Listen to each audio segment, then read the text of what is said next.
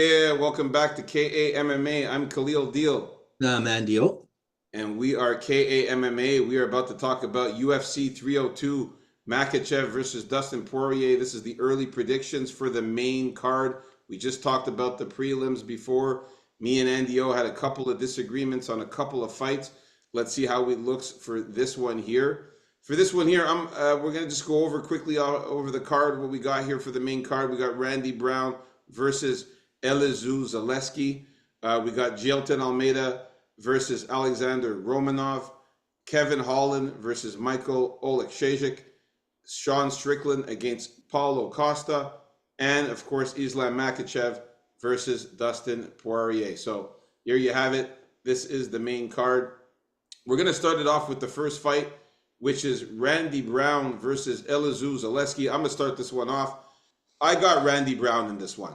And it's going to be for reasons kind of like I mentioned in the prelims with regards to Philip Rowe and his opponent. It's going to be similar with this one.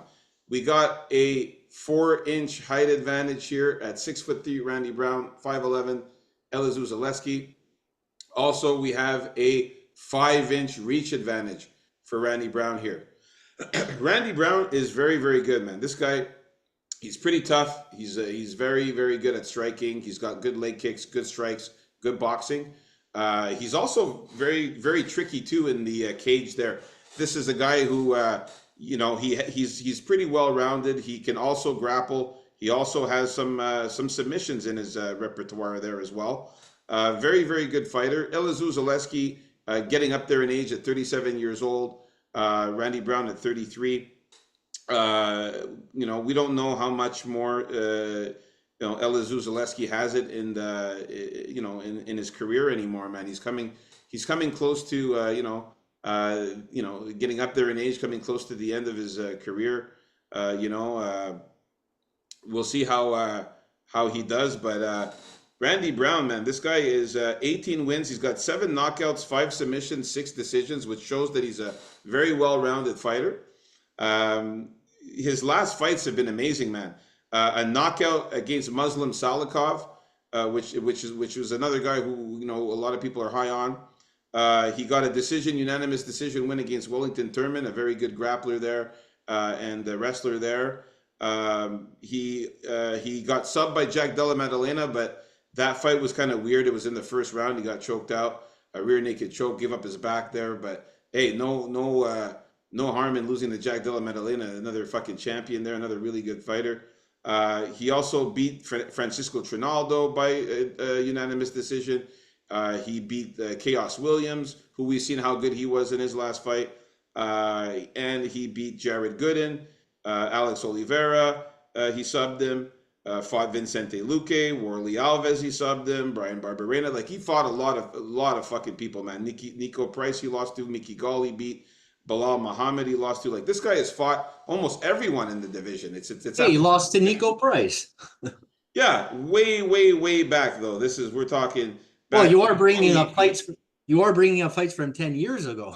Yeah, well, the point I'm trying to make is just that he's fought so many good fighters, man. Oh, he has. He's really, really experienced in the UFC here, and fought a lot of good opponents, man. So I think that Randy Brown's going to just be too good for Elizeu Zaleski in this one with the height and reach advantage there with his skill set. I think it's a good matchup for him to get the win on this one. Elizeu Zaleski, his last fight was in November of 2023, whereas Randy Brown just fought this year, a little bit more recently, which was in February. So a little bit more fresher, a little bit more, he's the fresher fighter, just more active, just recently fought. And Elizeu Zaleski, he scored that draw against Rinat Farakdinov when they had in his last fight. And then prior to that, he beat Abubakar Nurmagomedov. He did beat Benoit Saint Denis, which is also a pretty good look there. But he lost to Muslim Salikov.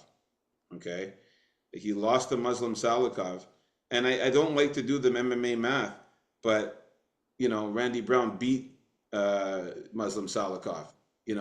I mean, I know the MMA math is not, where we want to look at, but at the same time, you got to look at it because Muslim Salikov, I mean, Randy Brown knocked his ass out, and Elizeu Zaleski actually had a hard time against Muslim Salikov and Salik, split decision. I don't think Salikov was washed then though.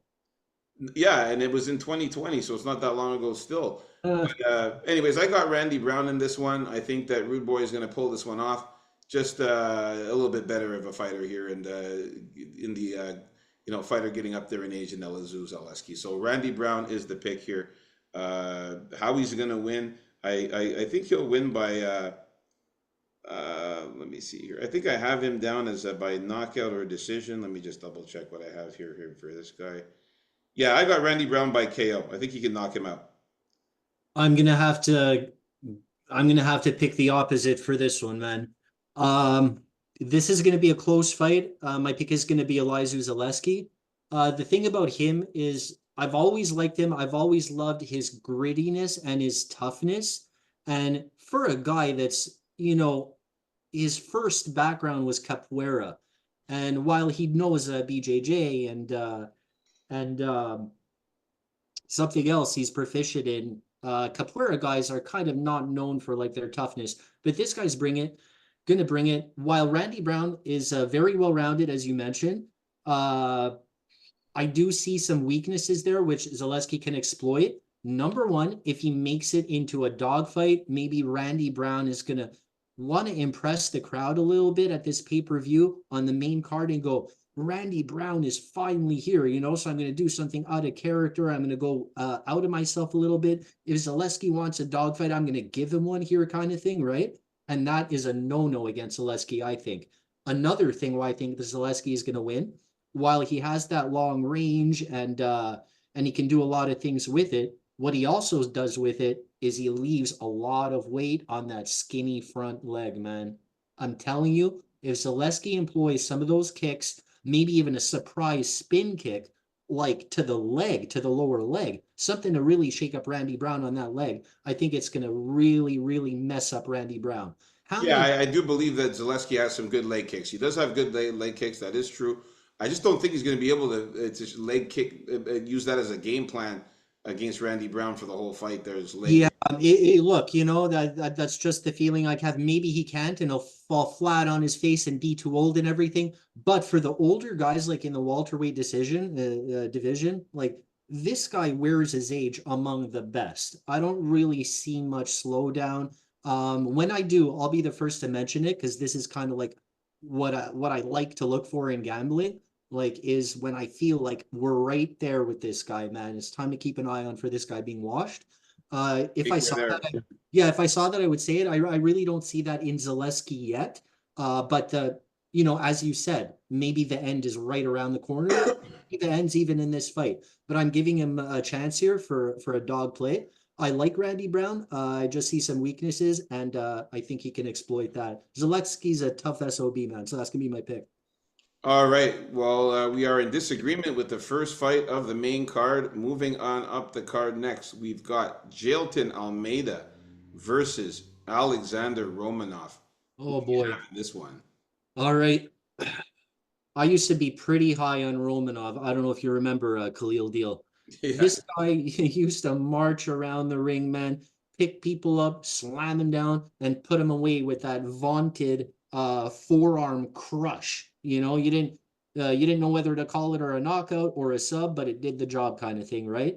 Another thing I liked about this guy, which I don't normally like about guys when they show up looking like the Stay Puffed Marshmallow Man sometimes, is he used to be a sumo wrestler. Remember when he first came in, he was all rounded up and this guy's so out of shape. But the thing with that, man, the thing with sumo wrestlers is they know how to use that weight in there to their advantage. And that's how he took some people by surprise, fake a couple strikes. His striking shit, always has been, but he got in your face right away and didn't mess around I think until he started losing a little bit of weight, gave up probably on some of that, sumo wrestling wisdom or whatever, and gasses out immediately, doesn't put away guys immediately. Um, Really been a disappointment lately, Romanov, especially for me. I was like a champion of Romanov, and I'll tell you, the fight, it started going downhill. The fight really, I think it started going downhill was his fight against, in a way, it was against Juan Espino, because that fight he hurt his nuts, I think, and the fight got stopped a little early. They gave the technical split decision to Romanov here. But really, I could have seen Espinoza wins that fight. Then he beats a couple scrubs in Jared Vandera and Chase Sherman. But then he loses a couple against Tabura and Volkov, right? So really not that impressive. He beat Blagoy Ivanov, but you never really know when this guy is like gonna hit the wall too. And just recently, I noticed he won in grappling against Chris Dawkins. Boy, oh boy. All right, so I think Jailton Almeida is gonna take him down pretty early, work him over, and Romanov is gonna lose the fight as soon as he gets tired. Yeah, That's man, I gotta go with Jailton Almeida here. I don't think Jailton Almeida will make the same mistake like he made in his last fight against Curtis Blades there, where he just hung on to fucking Curtis Blades' leg, would not let go of that leg, and then Curtis Blade was just hammering his head until the fucking ref had to stop it. I hate when fucking grapplers do that, man, and they just fucking try to take you down with the double leg or single leg, and they just won't leave that fucking leg alone. And then the guy just has to stand there and hammer fist your head yeah, while and he's still holding onto the guy's fucking leg. Like, they leave their absolute temple ridiculous. open. Yeah. I know he's not going to make that mistake against Curtis Blades, against Alexander Romanov in this one. I think he's going to fight more like he fought against Derek Lewis now, or against when he fought Parker Porter, or even when he fought Jairzinho Rosenstruck. He's going to take him down and be smart about this. He's going to wait until he's got a good opportunity to take him down. I think he will use his striking more in this one. Um, Alexander Romanov is a fat fuck. The guy is going to come out there. I'm curious to see what he looks like on the scales and looks like at the weigh-ins, because this guy, if he comes out looking fat like a fat fuck, he's going to gas out Uh, early in this fight. Honestly, if he comes out looking fat and all this and he doesn't have any sumo magic anymore, he's gonna lose very early. And if he comes looking as shredded as ever and like all of that, I still believe he'll gas out in like the second round. Some guys just don't have cardio. I don't know if that will even help this guy at this point. I don't We'll know. have to see in the weigh-ins, but as of right now, Jailton Almeida, as we all know, this guy's built like a beast. He's juiced up to the gills. This guy's muscles have muscles. He's ripped. He's huge. He's cut. He's muscular. He's big. Yeah, yeah, his steroids do steroids. You know what I mean? So, I mean, the guy's going to have a 1 inch height advantage, not much there, but he is going to have a significant 4 inch reach advantage.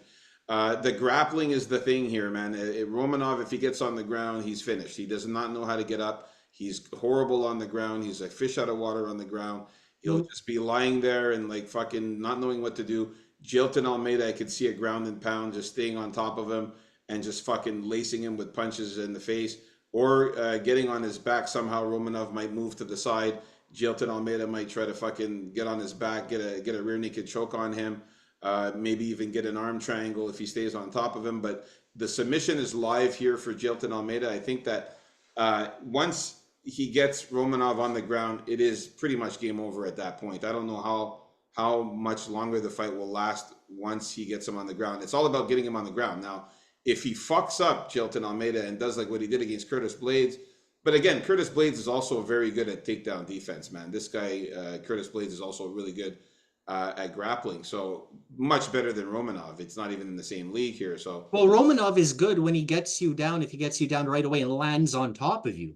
yeah, That's how he's got all good his wins have offensive happened, you takedowns, know? but yeah, I mean Romanov could do offensive wrestling a bit there, but not But defense. but yeah, that's where it kind of ends, right? Yeah, once he gets taken down, it's a problem, man. That fat fuck takes forever to get up, and I just really don't see him having a chance on the feet either. Like on the feet, he's not going to have a chance. No, I think he's possibly a tiny bit better than Jailton on the feet though, but it Yeah, ends. but he would need to crack him with a hard shot. Like he would need to like knock out Almeida on the feet in Oh, to outstrike him. You need to knock him out. Almeida can strike as well. He's decent. I think he'll be able to, use the strikes to get the takedown type of thing, like feint, feint, feint, do a few strikes, wait for Romanov to come in. wait for Romanov to do something stupid like pull a kick or something, or miss a strike, and then he can level change, get the takedown there, get Romanov on the ground. So just more ways to win for Jilton Almeida. I'm slowly starting to not be as much as a fan of Jilton Almeida as I was at the beginning because of that last loss. It was a really bad look. It really pissed me off because I had money on Almeida and he Yeah. fucked that one up for me there by not leaving the damn leg alone. I really hope he doesn't make that mistake in this one. But the pick is Jilton Almeida to win. I got him winning by finish here, a KO or submission. All right, so the next fight we have up is Kevin Holland against Michael Oleksiejczuk. We got real deal. All right, so for this one here, I really have to say that I'm not confident in either guy, to be honest with you here. Huh. I really am not confident in Oh either boy. guy. Kevin Holland really disappointed me in his last fight against Michael Venom Page. Really, really disappointed me. I was expecting a lot more out of him instead of fucking just like, fooling around in there. I thought he was gonna fucking really fight harder, maybe even try to take down Venom Page. He didn't do it. Stayed on the feet most of the time, and it Rem was a bad look there against. remember when Michael Venom Page was chucking him off him, like throwing him off him? Yeah, yeah. Like I didn't like the way Kevin Holland looked in that fight. To be honest with you, man, he really disappointed me. He also lost to Jack Della Maddalena by split decision. That was a little better of a fight. It was a little bit closer. I mean, for this one here, look, if I'm looking at his fights, man, in his last six fights, he's lost four. He lost to Khamzat Chimaev, Wonderboy Thompson. He lost to Jack Della Maddalena, and then recently Michael Venom Page. The only two wins were against Michael Chiesa and Santiago Ponzinibbio.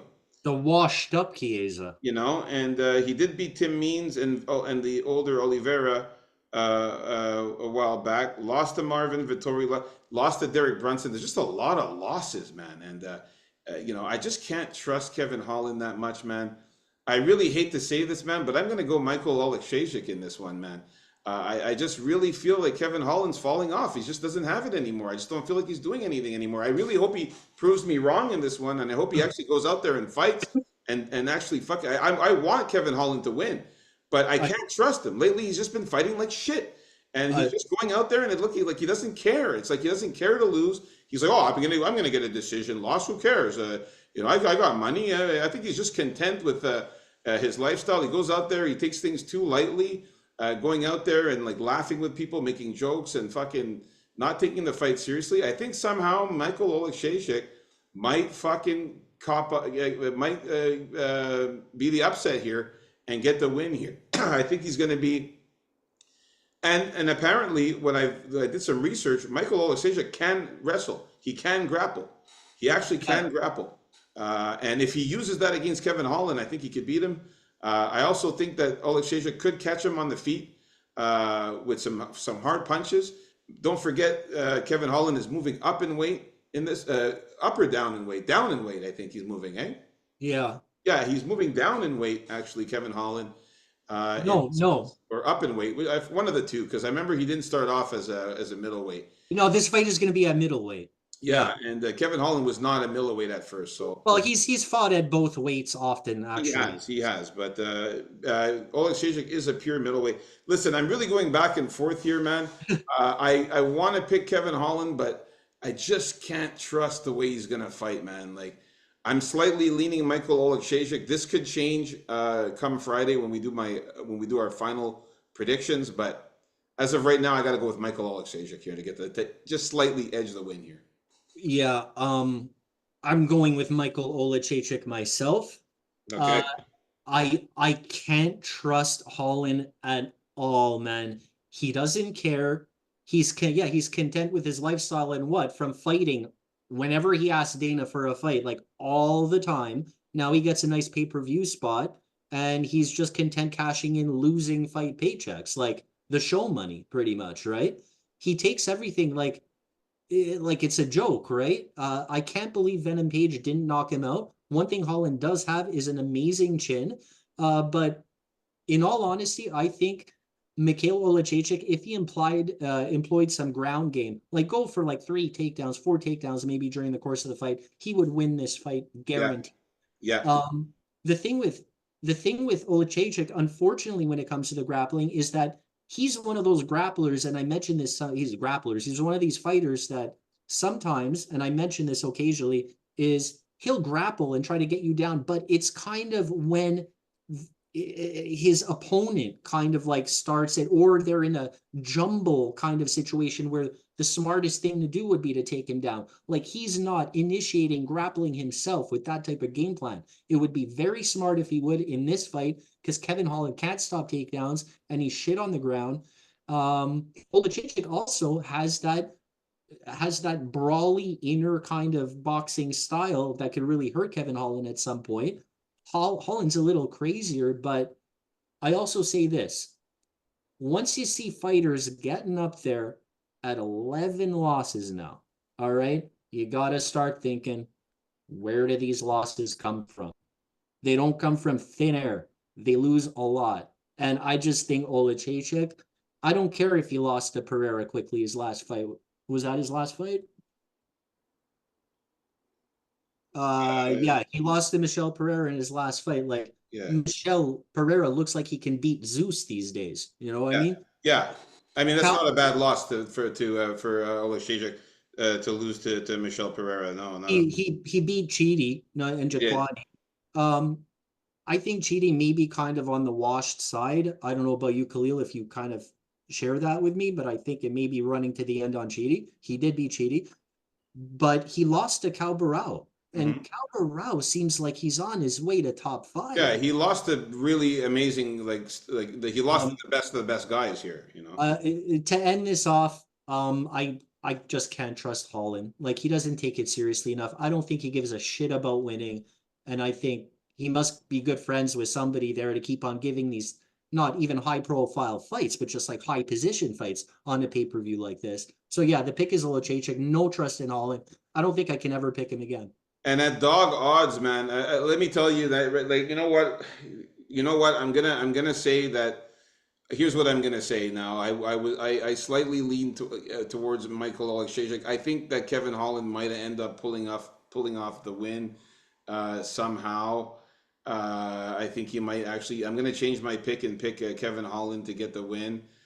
Slight, like a tiny slight edge, but you bet your ass I got money on Michael Oleksiejczuk as a dog pick in the bets. We'll talk about it. I'm telling you guys right now, I'm picking fucking Oleksiejczuk as a dog pick here in this one, even if I have Kevin Holland on a parlay of sorts. Michael Oleksiejczuk has a very good chance of winning this one here, and I'm not confident in Kevin Holland at all. All right, so moving Right. on up the card. I can't wait till Friday to see if I still feel this way. But as you see, I'm bouncing around with Holland and Oleksiejczuk there. All right, next fight: Sean Strickland against Paulo Costa. Who you got here, Andio? This one, it's been the toughest fight on the whole card for me. I've been kind of going back and forth all week. But I did notice something, and the main thing I did notice was Sean Strickland may not deal that well with forward pressure. And Mm, I really think this may be where he can get exploited in this fight. That's how Dricus du Plessis beat him with the pressure, and Dricus is a lot sloppier than Paulo Costa. The problem I have with Costa is he doesn't throw enough combinations anymore, but what he does throw, he throws well. And also the magic weapon, man, that amazing looking high fast leg kick he has. I think he's going to catch Sean Strickland with that. yeah, I he has think a combination where he comes in with a I think it's a left hook or punch to the leg to the right leg Okay, kick to out. the leg kick. Either way, that leg kick, once it snaps out there, man, he almost caught sorry, I have to go back like this again and pause a bit, but he almost caught Robert Whitaker with it a couple times, right? And Mm. I think Sean Strickland with his stance and the way he kind of backs up, I think he's going to be left in prime position for one of those kicks. I wouldn't be surprised if Sean Strickland gets knocked out. I don't know if he can take shots like that. Um, Either way, the pick is I slightly lean towards Paulo Costa here. I don't think he's going to provide the same sort of fight like Izzy did, for example, right? And just back up and not know how to handle this Philly shell kind of style. I think Costa's going to fight the way he wants to fight, and he's gonna come at him like the whole fight. And he's not slopper Dricus here, who I love also. I love me some Dricus, you know. But I do slightly lean Costa. I love Sean Strickland. He's great. Like sparring all the time, all the time. It's got to do something for you. And he was a world champion, right? It's just think I just think the buck stops here. I think the secret juice is on the menu. So the pick's Costa. All right, I'm gonna go with Sean Strickland in this one, but you bet your ass Paulo Costa is a awesome dog for betting purposes for sure. I got to go back quickly back to the Kevin Holland. I want to just give another final reason why I'm picking Holland, reluctantly picking Holland, but it's going to be that fucking reach advantage here. We forgot to mention that we're looking at a 7-inch reach advantage here, 74 inches for Oleksiejczuk, 81 for Holland, and I think that that's where we're going to have a problem with Oleksiejczuk getting in close to him. I think that Kevin Holland, if he fights smart and stays at a distance, he He can beat will. him up. Very good at jabbing, and he's very good at boxing and jabbing from a distance and kicking from a distance. He's got the 3-inch height advantage as well, which might help him also from preventing Oleksiejczuk from getting him down. If Holland actually uses his brain and actually tries to take down Oleksiejczuk, that could be a good thing for him.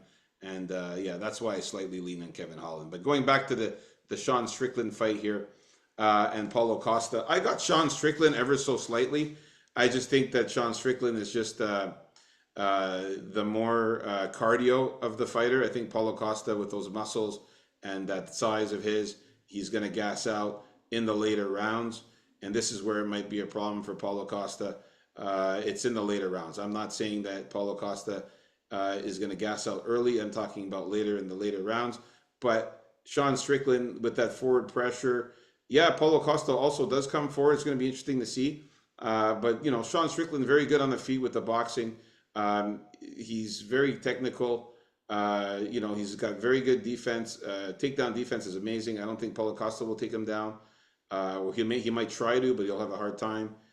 Sean Strickland can easily. He's the type of fighter that can help gas out Paulo Costa. That's the type of fighter that he is. I think he's going to end up gassing out Paulo Costa. He's got a 4-inch reach advantage as well to mention there. So Sean Strickland, the way he likes to sit there and jab and jab and jab all the time, that's gonna hurt Paulo Costa with that 4-inch reach advantage there. So I got Sean Strickland ever so slightly, but it's gonna be a good fight, and Paulo Costa is definitely a good dog in there. So Sean Strickland's the pick. We disagree on this one. But again, I can't really disagree with you because the dogs you have are really good too. So it's going to be, I can't wait to talk about the betting. All right, moving on up the card now to the final main event of the evening. Islam Makhachev against Dustin Poirier. Who you got, NDO? Actually, it's my turn. I got Makhachev. Yeah, go ahead, man. I got Makhachev. I would love to see Dustin Poirier win this fight, but I got Makhachev just based on the grappling, the jiu-jitsu, the wrestling, the non-stop takedowns, the relentless fucking ground game, the Dagestani Russian, Dagestani Russian takedown game and wrestling and grappling, and that's all they do. And somehow he'll end up on Dustin Poirier, his back, and somehow latch up a submission or even a guillotine, which Dustin Poirier has a hard time against those guillotines. So I got Makhachev to win. I definitely have to put a sprinkle on Poirier. He's an amazing dog. Huge dog money there for Poirier. Got to put something on Poirier and hope that Poirier wins, but just don't think he has enough to prevent that relentless attack and grappling and jiu-jitsu of Makhachev, unfortunately. Yeah, I got Islam also. I happen to think he could be the best striker in the lightweight division as well. Like his striking is awesome. Now, I don't know if that has something to do with his amazing grappling, but his striking's up there, man. He has great kicks. I wouldn't be surprised if he knocks Dustin out. That's true. He's got good striking as well. You're right. Yeah, he's just like really well-rounded. I think he's smart too. I don't think he's gonna fall into traps here. Like Dustin has great boxing and he's really gritty, but he's not like an inexperienced Benoit Saint Denis, who's like totally out of it because he had that staph infection. He was on antibiotics and he just makes too many mistakes. Like Islam here, He's going to look for that sub. Dustin has trouble down there. Dustin has trouble getting up. Islam knows how to spread his weight around to keep him down there.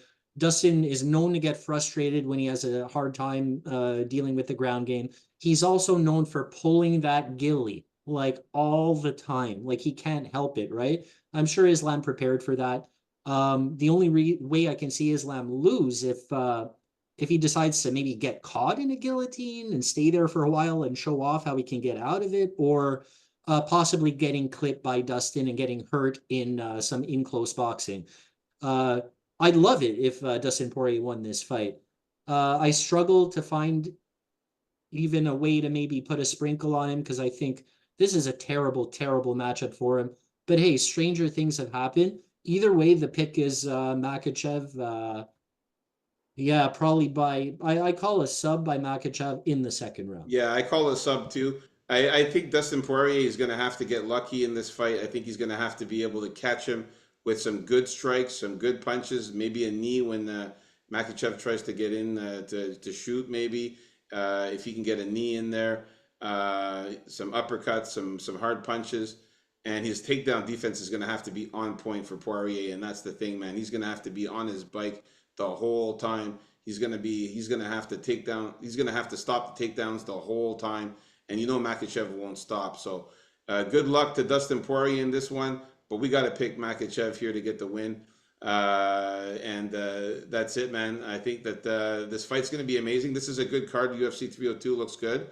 I like the Yeah. card. It's gonna be a fun event. And you know what makes this card even funner? Liking this video and subscribing. Amazing. Yes, guys, like and subscribe. KAMMA. We'll see you on Friday with our final predictions and official bets.